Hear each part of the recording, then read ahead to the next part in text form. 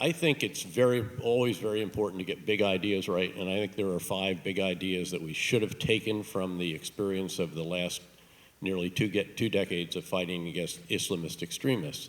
The first is that ungoverned or even inadequately governed spaces in the Muslim world, particularly the greater Middle East, will be exploited by Islamist extremists. Second, you actually have to do something about it. You cannot watch this problem until it goes away, because Las Vegas rules do not apply in these places. What happens there doesn't stay there. The third is that generally the U.S. has to lead. The U.S. spends not just more than all of our other 27 NATO allies put together, we spend more than twice as much than all of the others. That's a different debate, but that is the reality of today.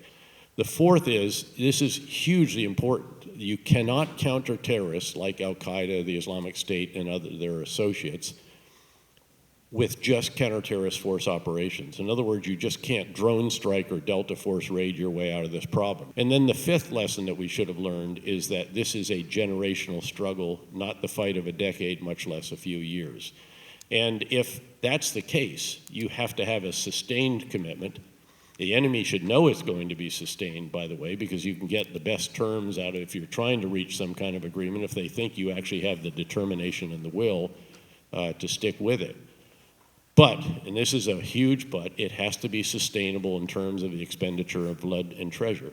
Now, our host nation forces, they are fighting, they are shedding a lot of blood. You think of the Syrian Kurds, who lost over 10,000 of their fighters. But the truth is, if you can keep the cost in blood and treasure down, then the American people will tend to regard it more and more like the long commitment that we have had in Korea.